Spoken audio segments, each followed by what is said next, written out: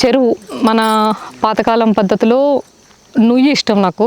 బావి అంటారు కదా, ఒక 100 నుంచి 150 ఫీట్స్ లేదంటే 80 ఫీట్ ఇలా బావులు ఉండేవి అప్పుల్లో.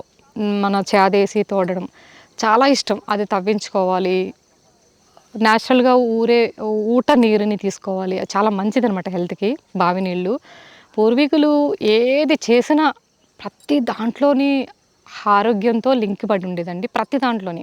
అంటే తాగే నీళ్ళు కానీ, కట్టే ఇల్లు కానీ, పండించే పంట కానీ, వేసుకునే దుస్తులు కానీ, ప్రతి దాంట్లోని ఆరోగ్యం 50% వచ్చేలాగా వాళ్ళు ప్లాన్ చేసేవారు. అలా మొత్తం ఇక్కడ మనం ఆ జీవిత విధానం మళ్ళీ పాత పద్ధతిలో కొన్ని మిస్ అవుతాము, ఎందుకంటే టెక్నాలజీ మారిపోయింది కాబట్టి పూర్తిగా చేయలేకపోయినా కనీసం 80% అన్నా చేయాలనేది నా కోరిక. చేసి అంటే నా కోసం, మా ఫ్యామిలీ కోసం, తర్వాత నాలాగా బ్రతకాలనుకునే వాళ్ళ కోసం నేను ఇలా చేశాను, మీకు ఏమన్నా సమస్యలు ఉంటే ఇలా ఎదుర్కొంటూ ఇలా చేయండి అని, నాకేమేమి సమస్యలు వచ్చినాయి, నేను ఎలా ఎదుర్కొన్నాను, ఎలా సక్సెస్ అయ్యానో చెప్పడం కోసమే మేము ఇదంతా ఎక్స్ప్లెయిన్ చేస్తున్నాను మీకు. నుయ్యి తవ్వడం కుదరదు, అది చాలా కష్టం అని చెప్పారనమాట. ముందు నుయ్యి తవ్వుదాం అనుకున్నాము బ్యాక్ సైడ్. ఎప్పుడు అనేది ఈ కార్నర్ కానీ బ్యాక్ సైడ్ కానీ ఉండేది మన పూర్వీకులకి, పాత ఇంటికి. కంపల్సరీ చేదతో తీసుకోవడము, లేదంటే కాలువల నీళ్ళు, చెరువుల నీళ్ళు తెచ్చుకుని తాగేవారు. అసలు వాటరు బాటిల్లో కొనుక్కోవడం అనేది తెలీదు. వస్తుందని బ్రహ్మంగారు చెప్పారంట, ఓకే. కానీ అవసరం లేకుండా ఉండే, అలాగే ఉండుంటే మన వాళ్ళందరూ అవసరం వచ్చి ఉండేది కాదు. ఆయన చెప్పింది మనం నిజం చేయాలనుకున్నామా లేదంటే కలియుగ ప్రభావమో తెలియదు. పూర్వీకులు ఉన్నప్పుడు కానీ, మనం చిన్నప్పుడు కానీ గ్రామాలలో వెళ్తుంటే ప్రతి గ్రామంలో మనకు ఇంటికి ఒక గేదెనో ఆవో కంపల్సరీ దర్శనం ఇచ్చేటి. ఇప్పుడు ఏ విలేజ్ కి ఎంత మారుమూల ప్రాంతం పోయినా ఒక ఆవు గాని, ఒక బర్రె గాని, ఎద్దులు గాని దొరకడం అనేది అరుదుగా, మనం పల్లెటూర్లలో కూడా అరుదుగా చూడాల్సి వస్తున్నది. పల్లెటూరు వాళ్ళు కూడా దాన్ని ఏదో మన ఇంకా రాను ఫ్యూచర్ లో ఎగ్జిబిషన్ లో పెట్టి చూపెట్టే పరిస్థితి కూడా ఏర్పడవచ్చు.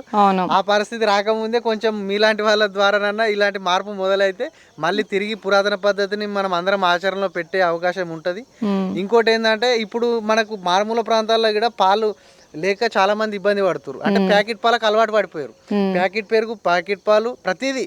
మనము హైదరాబాద్ లో ఏ రకమైన జీవితాన్ని కొనసాగిస్తున్నాము, మారుమూల గ్రామీణ ప్రాంతాల్లో కూడా సేమ్ యాస్టీజ్ అదే జీవితం. ఎందుకంటే పురాతనమైన పంటలు లేవు, పురాతనమైన పద్ధతి లేదు. ఇప్పుడు మొత్తం ఫర్టిలైజర్ వాడకపోతే భవిష్యత్తు లేకుండా పోతున్నది అన్నట్టు ప్రతిదానికి ఫర్టిలైజర్. వాడు 4 బస్తాలు వాడితే మనం ఇంకో బస్తా ఎక్కువ వాడాలి, మన పంట ఇంకా గ్రాండ్ గా కనిపించాలి, ఇంకొన్ని బస్తాలు ఎక్కువ రావాలి. ఇప్పుడు ఎంత మేకప్ వేస్తే అంత లుక్ కనిపించినట్టు, ఎంత మందు చల్లితే అంత పంట పైరు మంచిగా కనిపిస్తుంది. మేకప్ వేసుకునే అమ్మాయి లాంటిది ఫర్టిలైజర్ వాడే పంట, మందుల పంట. నేచురల్ గా ఉండే అమ్మాయి లాంటిది అబ్బబ్బబ్బబ్బ, అంటే మాలాగా మేము న్యాచురల్గానే ఉంటాం. ఇప్పుడు ఈయన చెప్పే దాంట్లో నిజంగా నేను కన్సనపల్లి, అంటే ఇంతకుముందు పొద్దుటూరు, పొద్దుటూరు విలేజ్ ఇవన్నీ లీజు చేసేదాన్ని కదా, అక్కడ కూడా ప్రతి ఒక్కరికి మీరు చాలా పల్లెటూరు కదండి, అదేంటి పాలు దొరకకపోవడం అంటే, ఎవడు పెంచుతాడు, ఎవడు పిండుతాడు, ఎవడు గడ్డేస్తాడు, అమ్మేశాము, అలా అలా చెప్తూ మొత్తం పూర్తిగా పాల కేంద్రం ఉండేది. కనీసం అదైనా పర్వాలేదు, ఏ గేదె పాలో తీసుకొచ్చి వాడు క్యాన్లో పోస్తాడు, విడిస్తాడు. ఇప్పుడు పాల కేంద్రం కూడా తీసేసి పూర్తిగా ఒక షాప్లో, అంటే ఒక దుకాణం కొట్లో పెరుగు ప్యాకెట్, పాల ప్యాకెట్కి వెళ్ళిపోతున్నారండి. నేను కన్సనపల్లి వచ్చింది, చాలా మాలుమూల గ్రామము, లోపలికి ఉంటుంది. వీళ్ళ దగ్గర ఇప్పటికీ అక్కడక్కడ ఒక్క నాటావు కనిపిస్తుంది, కానీ ఎక్కువ జెర్సీ బర్రెలు ఉన్నాయి. నాకు బర్రె పాలైనా సరే పిండిని కావాలండి అంటే, బరిపాలు దొరకలేదు, కేంద్రంకి వెళ్ళి తెచ్చుకుంటే ఒక్క కేంద్రం ఉందనమాట. ఆయన అడిగాను, నాకు ఆవు పాలు కావాలండి, దేశీయ ఆవు పాలు మాత్రమే కావాలి, ఒక 1 మంత్ తర్వాత నాకు ఆవులు వస్తే, అప్పటి వరకు నాకు అసలు గేదె పాలు తాగలేనా నేను అడిగితే, ఆయన ఏమన్నారంటే, మొన్న ఒక 2 ఇయర్స్ బ్యాక్ వరకు అంతకుముందు 10 ఏళ్ళ వరకు ఉండేవి, ప్రతి సంవత్సరం 4-5 ఆవులు తీసేయడం అనమాట ఒక్కొక్కళ్ళు. అలా తీస్తూ లాస్ట్ ఇయర్ ఒక 6 ఆవులు ఒక్కసారి పూర్తిగా ఖాళీ చేసేసారు కన్సనపల్లిలో. ఆయన ఇప్పుడు నేను ఒక లీటర్ పాలు రేట్ ఎక్కువైనా పర్లేదు, 80 రూపాయలైనా 100 రూపాయలైనా నేను ఇచ్చి తీసుకుంటానంటే, ఆయనకి అసలు ఆవులే లేవండి, మీరు మీలాగా అడుగుంటే మేము ఖచ్చితంగా తీసుకునే వాళ్ళము. నాకు జోగిపేట నుంచి వస్తాయి, దూరం నుంచి వస్తాయి ఒకవేళ ఆవు పాలు కావాలంటే, పక్కన నేరేడుగుంట్లో ఉన్నాయేమో తీసుకోండి అన్నారు. అంటే ఇంక అసలు నాటు ఆవు అనేది పల్లెటూరులో అయినా ఉంటుందేమో అని ఆశ పెట్టుకునే వాళ్ళం మేము. లేదండి పల్లెటూర్లు కూడా మొత్తం తీసేశారు, ఇప్పుడు వీళ్ళు రామసనపల్లిలో చేస్తున్నారు. ఇలాంటి వాళ్ళు కొంచెం అవగాహన ఉండి వాళ్ళ ఫ్యామిలీ కోసమైనా ఆవును పెట్టుకోవాలి. ఓకే, గంగిగోపాలు గట్టిడైనా చాలని, మనకి పాలు మంచిదంట. డాక్టర్లు కూడా ఈ మధ్యకాలంలో ఆవు పాలు పట్టండి పిల్లలకి, పాలు లేకపోతే తల్లిపాల తర్వాత ఆవు పాలు మంచిదని చెప్తున్నారు. సో అలా డాక్టర్లు చెప్పడం వల్ల ఇక కొంతమంది మారి తీసుకుంటున్నారు, కానీ వీళ్ళకి కూడా భయం. ఎందుకంటే పాలు మిగిలితే అమ్మగలమా లేదా, ఆవు పాలు తీసుకుంటారా లేదా ప్రజలు, పలుచగా ఉంటాయి, ఇక మళ్ళీ టేస్ట్ ఉండవు. అలా జనాలు తీసుకోకపోతే కేంద్రంకు పెడదామంటే బర్రె పాలకు ఉన్న రేటు ఆవు పాలకు లేదు. లేదు, మళ్ళీ ఆవు పాలలో ఫ్యాట్ పర్సంటేజ్ తక్కువ ఉంటుంది. అంటే తీసేస్తాడు వాడు. మనకు కావాల్సిన బాడీకి కావాల్సిన ఫ్యాట్ ఉంటుంది, బాడీకి కావాల్సిన పోషకాలను ఇస్తుంది, కానీ మిషన్ కు కావాల్సిన ఫ్యాట్ మాత్రం ఆవు పాలలో దొరకదు. బర్రె పాలలో మిషన్ కావాల్సిన ఫ్యాట్ ఉంటుంది, మనకు కావాల్సింది ఉండదు. మనకు కావాల్సింది అంటే ఇప్పుడు ఇందుకు మనకు కేంద్రం వాడు అడిగేది ఏంటి, మిషన్ కావాల్సింది, మిషన్ కావాల్సింది అడుగుతాడు. వీళ్ళు సరిగ్గా అడిగితే వాడు అలా చేస్తాడు. అంటే మార్కెట్ని బట్టి మనిషి. అంటే ఇప్పుడు ప్రధానంగా మనం మారవలసింది ఏంటంటే మనుషులండి, చాలా మారాలి. లేదంటే పిల్లలకి అసలు ఇంకా పాలు అనేది దొరకవు, మొత్తం మర్చిపోతారు. అమ్మ పాలు కూడా ఇప్పుడు ఉండట్లేదు, అమ్మ పాలు బదులు ఆవు పాలు పట్టండి అంటున్నారు. అమ్మ పాలు లేవు, ఆవు పాలు లేవు. అసలు ఎలా పెంచుతారు మీరు, ఎలా పిల్లలు? ఫస్ట్ ఆఫ్ ఆల్ పిల్లలే సరిగ్గా పుట్టట్లేదులేండి, ఒకవేళ పుట్టినా కూడా అంతంత మాత్రం ఆరోగ్యం ఉంది. ఇప్పుడు ప్రధానంగా ఇంకుడు గుంత అంటే చెరువు, ఫస్ట్ నుయ్యికి చాలా ప్లాన్ చేశాను. జేసీపీ అయితే తీయదని చెప్పారు, మనుషులతో తీయాలన్నారు. అప్పుల్లో మరి ఎలా తీసేవారో మనకి పూర్తిగా సబ్జెక్ట్ తెలియదు. ఎలా తీసేవారు అప్పుల్లో? అప్పట్లో మనుషుల సాయంతోనే, అంటే మనుషులు స్టెప్ బై స్టెప్ ఉండి, క్రేన్ లేకముందు, క్రేన్ కూడా స్టార్ట్ కాకముందు మనుషులు, క్రేన్ 80 ఏళ్ళు అయిందంటండి, కానీ నుయ్యి కొన్ని వందల సంవత్సరాల క్రితం నుంచి నుయ్యి వాళ్ళే తవ్వేవాళ్ళు, మనుషులే తవ్వేవారు. చిన్న తాళ్ళు పెట్టి దింపేవారా? మా పూర్వీకులు చెప్పేవాళ్ళు. అంటే వాళ్ళు చేసేది ఎట్లా అంటే చిన్న సైజు మన అల్లే గుల్లలు ఉంటాయి కదా, చిన్న సైజు గుల్లలలో బావిలో ఒక స్టెప్ అంటే అంచెలుగా ఒక స్టెప్ బై స్టెప్, ఇప్పుడు ఇటుకని పడేస్తారు చూడండి, ఆ టైప్ లో చిన్న బుట్లలో తీసి ఎగిరేసేవాళ్ళు. అంటే క్యాచ్ చేసి పైకి షిఫ్ట్ చేసేవాళ్ళు, బావిలో నుంచి పైన వరకు స్టెప్స్ వైజ్. ఇట్లా ఇప్పుడు మనం ఇక్కడ ఉన్నాం, అందులో ఉన్న వాళ్ళు మనకి క్యాచ్ చేయడం, మనం తీసుకోవడం, పైన వాళ్ళకి ఇవ్వడం. ఆ రకంగా నొయ్యి ఎంత పెరిగితే సంఖ్య అంత స్టెప్స్ పెంచుకుంటూ సంఖ్య వెళ్ళేవారు. ఆ పైన నుంచి కింది నుంచి ఇట్లా షిఫ్టింగ్ మొత్తం ఆ టైప్ ప్లస్ ఇంకోటి మళ్ళీ రాళ్ళు కూడా కట్టడం అనేది మొత్తం డంగు సున్నము, దాంతో రాళ్ళు మరి మనం ఈ మాత్రం రాయి సైజుకే ఇబ్బంది పడతాము. అప్పట్లో కనీసం మనకంటే పైనే, మనకంటే అంటే ఒక దగ్గర ఒక 500 టన్నుల 500 కేజీల బరువు గల రాళ్ళని ఒక ఇద్దరు అమర్చేటోళ్ళు ఆ టైప్లో. ఆల్రెడీ ఇప్పుడు మా దగ్గర ఒకటి ఉంది, ఆల్రెడీ ఇప్పటికీ పూర్తి చేయలేము, పెద్దది ఉంది, ఒక 2 acres ఉంటుంది. దానికి విపరీతమైన పెద్ద రాళ్ళని చూస్తే ఆశ్చర్యం కలుగుతుంది. ఆ టైప్ ఆఫ్ రాళ్ళతోని చేయడం జరిగింది. ఈసారి వర్షాలు బీభత్సంగా పడడం ద్వారా ఇప్పుడు అందులో కూడా వాటర్ వచ్చాయి, అది మేము పూడకపోవడం వల్ల వాటర్ వచ్చాయి. ఇప్పుడు మళ్ళీ సాగు కూడా పని చేస్తాయి, మనం యూజ్ చేస్తే. ఇప్పుడు ఇంకా యూజ్ చేయాలి, అలాంటి పూడ్చొద్దు, అలాంటి తవ్వాలంటే మన వల్ల అవుద్దండి. అది తవ్వడం కాదు మేడం, దాన్ని మంచిగా దాన్ని కనీసం మనం మెయింటెనెన్స్ చేయలేకపోతున్నాం. కనీసం దాన్ని పూడిక తీస్తే మనం దాన్ని మళ్ళీ రీయూజ్ చేసుకోవచ్చు. అంటే మనం పూడిక తీయలేని స్థాయిలో మనం మిగిలిపోతున్నాం. పూడిక తీయడానికి కూడా మనకు బద్ధకంగా మారిపోతుంది. అదే తీద్దాంలే, ఎలా తీయాలి, ఎందుకు అది మళ్ళీ అది ఓల్డ్ చేయాలి. ఆ మొత్తం కాన్సెప్ట్ ఎంత ఇప్పుడు రెడీమేడ్ మేడం. ఇప్పుడు అదంతా ఇప్పుడు మీరు చెప్పినట్టుగా పురాతనమైన పద్ధతి మనము చేసి మనం దాని రిజల్ట్ ఎక్స్పెక్ట్ చేసేంత ఓపిక లేవు జనాలు. ఈ క్షణం ఇప్పుడు కావాలనిపించిందా, అయిపోవాలి, డబ్బులు పెట్టినామా, వచ్చిందా, మాత్రానికి తాత్కాలిక పని అయిపోయిందా, రెస్ట్ తీసుకున్నామా, అంతే, అంతవరకే. సో అలా నుయ్యి తీయడం కుదరలేదు. ఎప్పటికైనా తీస్తాను, వదలను. ఎలాగోలాగా మొత్తం మీద ఆ స్ట్రాంగ్ మనుషులు తీసుకొచ్చి అట్లీస్ట్ బాడీ గార్డ్స్ అన్న తీసుకొచ్చి నుయ్యి అయితే ఫ్యూచర్లో తవ్వించాలనుకుంటున్నాము. ఓటు అప్పుడే వస్తుంది అన్నారు వీళ్ళు, అంటే అండర్గ్రౌండ్ వాటర్ లేదండి. బోర్లు పొలం కొని 6 months అయింది. మీ అందరికీ అందుబాటులోకి రాకపోవడానికి మెయిన్ కారణం, కొన్న వెంటనే వర్క్ స్టార్ట్ చేయొచ్చు, కానీ వర్క్ స్టార్ట్ ఎందుకు కావలేదంటే బోర్లు పడలేదండి. భూగర్భ జలాలు పూర్తిగా ఎండిపోవడం వల్ల నాకు 60 నుంచి 80 feet పడుతుందన్నారు. ఇక్కడ ఇదంతా రాతి నేల అనమాట, తొందరగా నీళ్ళు పడుతుందన్నారు. అసలు నీళ్ళే లేవు. 8 వేసామండి, ఒకటి ఆ కార్నర్లో 850 వేసాము. అసలు 850 వేయకూడదమ్మా, నీకు ఎందుకు అంత పిచ్చి, అసలు వ్యవసాయం చేయకపోతే ఉండవా, ఇలా అంటే అందరూ ఆ బోరు వేయడం చూసి ఏంటి ఎవరైనా 1-2 వేస్తారు, లేదా వదిలేసి వెళ్ళిపోతారు, ఆ పక్కన పడి ఉంటుంది పొలం, లేదా అమ్మేస్తారు, నువ్వేంటమ్మా ఇలా రాత్రి పగలు ఇక్కడ అంటే నైట్ కూడా ఉండిపోయేదాన్ని అనమాట. ఆ బోర్ అయ్యే వరకు నాకు నీళ్ళు పడే వరకు వెళ్ళకూడదని. అలాగే 8 బోర్లు మొత్తం. ఒకటి 850, మిగతా అన్ని 451, మిగతా అన్ని 200 అండి. కడకి లాస్ట్‌లో రీసెంట్‌గా ఒక 15 డేస్ బ్యాక్ 8వ బోరు ఒక్క 1 ఇంచ్ మాత్రమే పడింది. అంటే వర్షాలు పెరగడం వల్లో మరేమో తెలీదు. అది ఎన్నాళ్ళొస్తుందో నాకు తెలీదు. ఇలాంటి క్లిష్ట పరిస్థితిలో భయంకరమైన సిచ్యువేషన్‌లో నేను వ్యవసాయం స్టార్ట్ చేశాను. అంటే భూమి ఉంది, కొంచెం వాటర్ ఉంది. దానికి కూడా ఆ వాటర్ సరిపోకపోతే చాలా ఆలోచించేసాను. ఎలా అయినా సరే పంటలు పండించాలని. మన ట్యాంకర్‌లతో నీళ్ళు తెప్పిచ్చేయాలి. అక్కడ సంపు కట్టాలి. ఆ సంపుకి మొత్తం నీళ్లు లాగకుండా రాళ్లతో మన సిమెంట్ అంటే డంగు సున్నం కూడా అనుకున్నాం కానీ దానికి సంపు వరకు ఇప్పుడు అవ్వదది. తర్వాత ఇంటికి అయ్యేలా ఉంది. సో ఎలా అయినా నీళ్లు నింపి దాని నుంచి మోటార్‌తో తీసుకుని ఇక్కడ పక్కన చెరువు ఉందనమాట కనసనపల్లికి కొంచెం దగ్గరలో. ఆ చెరువు వేసవికాలంలో కూడా కొంచెం ఉంటాయంట నీళ్లు. అక్కడి నుంచి ట్యాంకర్లు నింపి తీసుకొచ్చి వ్యవసాయం అంటే ట్యాంకర్లతో నింపి వ్యవసాయం చేయడం అనేది ఇంపాసిబుల్. అందులోకి ఎండాకాలం బాగా తాగుతాయి ఆవులు, భూమి కూడా బాగా లాగుతుంది. అయినా చేయాలనుకుంటున్నానండి. మరి ఎందుకు ఇన్ని సమస్యలు వస్తున్నాయి అంటే అన్నీ సమస్యలు కాదు. నేను అనుకున్న పొలం అయితే కరెక్ట్‌గా దొరికింది. ప్లసెస్ ఉన్నాయి, మైనస్‌తో అంటే ఇంత ఇష్టంగా నేను ఇంత ముందు తీసుకెళ్ళాలనుకుంటున్నాను కదా! అన్ని అవకాశాలు ఉండి ఎందుకు చేయలేకపోతున్నారు చాలామంది. ఇగో ఈయనకు కూడా చాలా అవకాశాలు ఉన్నాయి. పొలం ఉంది, నీళ్లు ఉన్నాయి. అయినా కూడా కొంచెం ఉంది. ముందుకెళ్ళలేకపోతున్నారు. అంటే కసి, పట్టుదల, ఆ పిచ్చి, ఆ తపన, ఆ సంకల్పం ఉంటే చేయగలుగుతామండి. ఈ పక్కన ఒక గంత తీసాము. ఆ తర్వాత ఆయన చూపిస్తారు.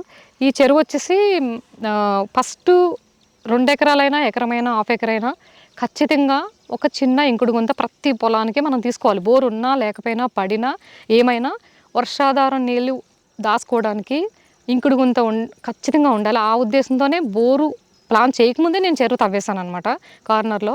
ఇది 5 అడుగులు ఇంకా లోతు 5.5. ఒక హాఫ్ పూర్తి చేశానండి రాళ్లతోటి. సైడ్ వచ్చేసి మొత్తం రాళ్లతో. ఒక్క చెరువుకి 50,000 ఖర్చు అయిందండి నాకు. ఈ మట్టి అంతా తీసేసి ఇక్కడ డౌన్ ఉంటే లెవెల్ చేసాము. దీనికి మెట్లు కట్టాను. ఈ స్టెప్స్లో దిగి అంటే ఎన్నో కళలు అనమాట దీని మీద.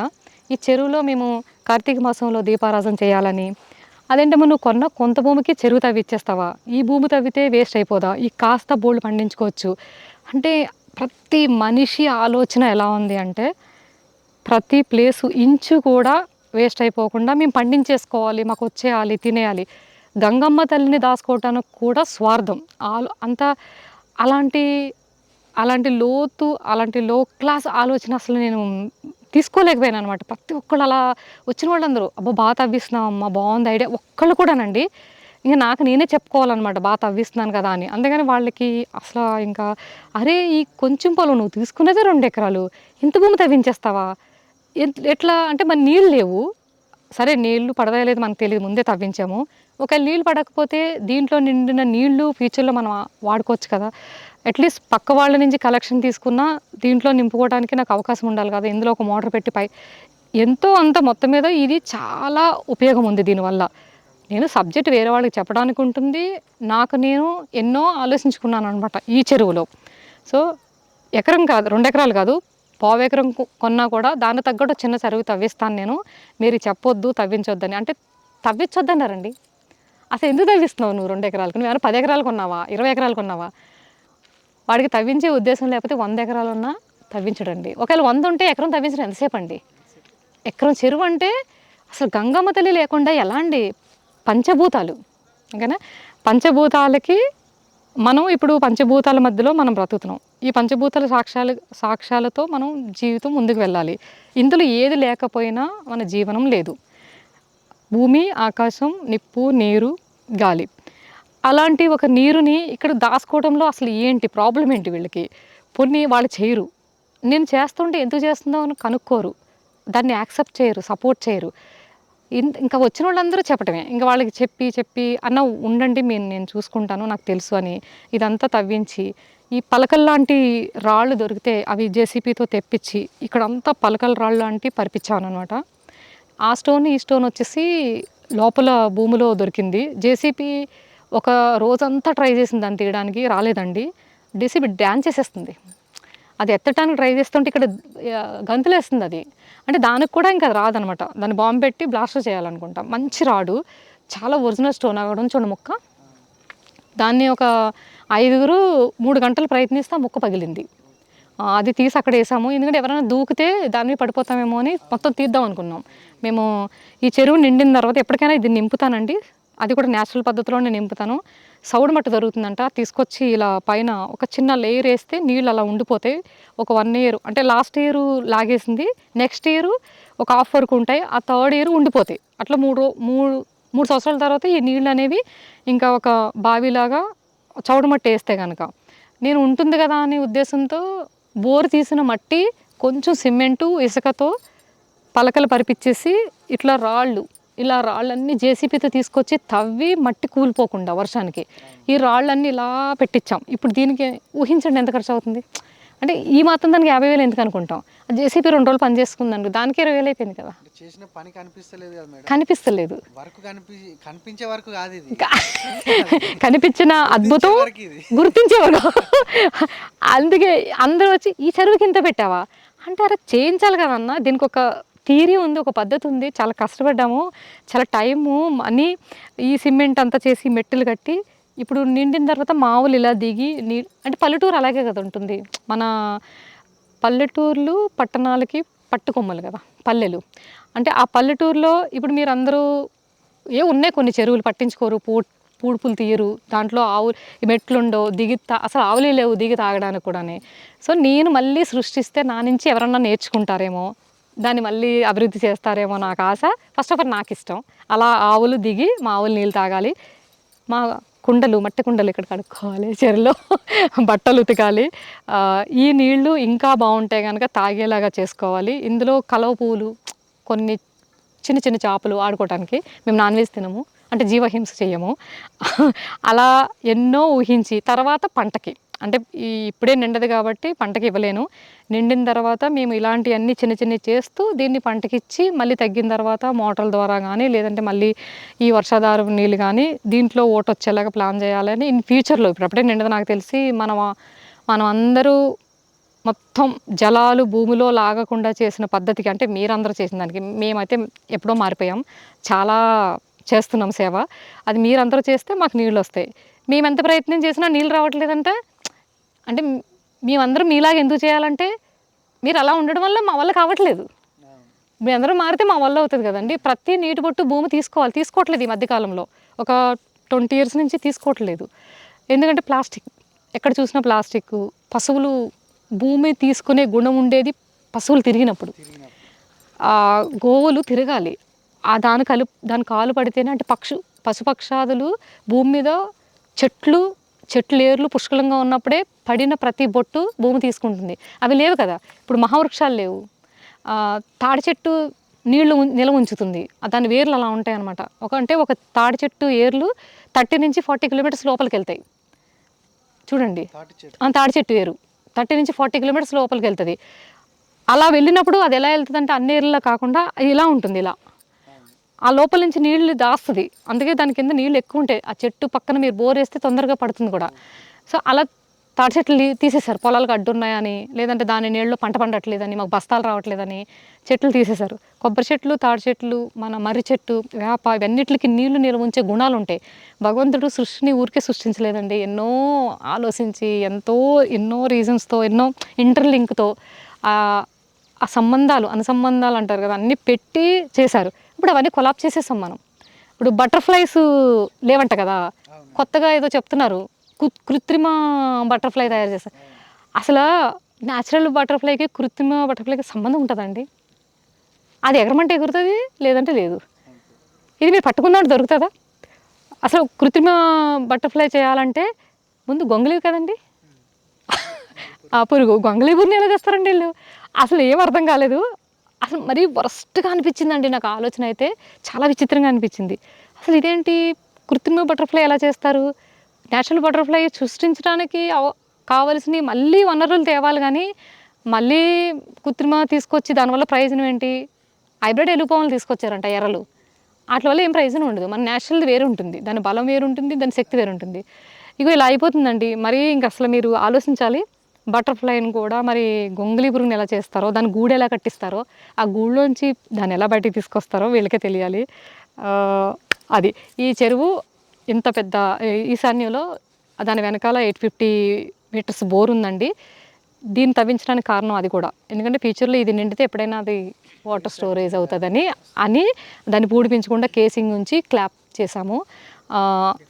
ఈ చెరువు నిండిన తర్వాత మళ్ళీ మేము అనుకున్న పనులన్నీ చేస్తున్నప్పుడు కూడా మళ్ళీ మీకు వీడియో తీసి నేను కన్నగలలు. కొన్ని సంవత్సరం పట్టచ్చు, 2 ఏళ్ళు పట్టచ్చు. దీని రిజల్ట్ మీకు చూపిస్తామండి. పంటల విషయంలో ఎవరైనా సరే భూములు ఉన్నవాళ్ళు లేదా కొనేవాళ్ళు కంపల్సరీ ఇంకుడు గుంతలు, అంటే చెరువు కానీ ఇంకుడు గుంత కావచ్చు, కాలువ కావచ్చు, ఏదో ఒకటి మొత్తం మీద ఇలాంటిది వర్షం నీళ్ళు దాసేది మాత్రం తీయండి. ఆ తర్వాత బోర్లకు వెళ్దాము. యాక్చువల్లీ బోర్లని వేయకూడదు, భూమిలోంచి లాక్కూడదు, మనం భూమికి ఇవ్వాలి, కానీ ఇవ్వట్లేదు. ఇక ప్రకృతి వ్యవసాయంకి వచ్చేసి ఇలాంటివన్నీ చేస్తే చాలా సమస్యలకి సొల్యూషన్ దొరుకుతుందండి. అది సంగతి.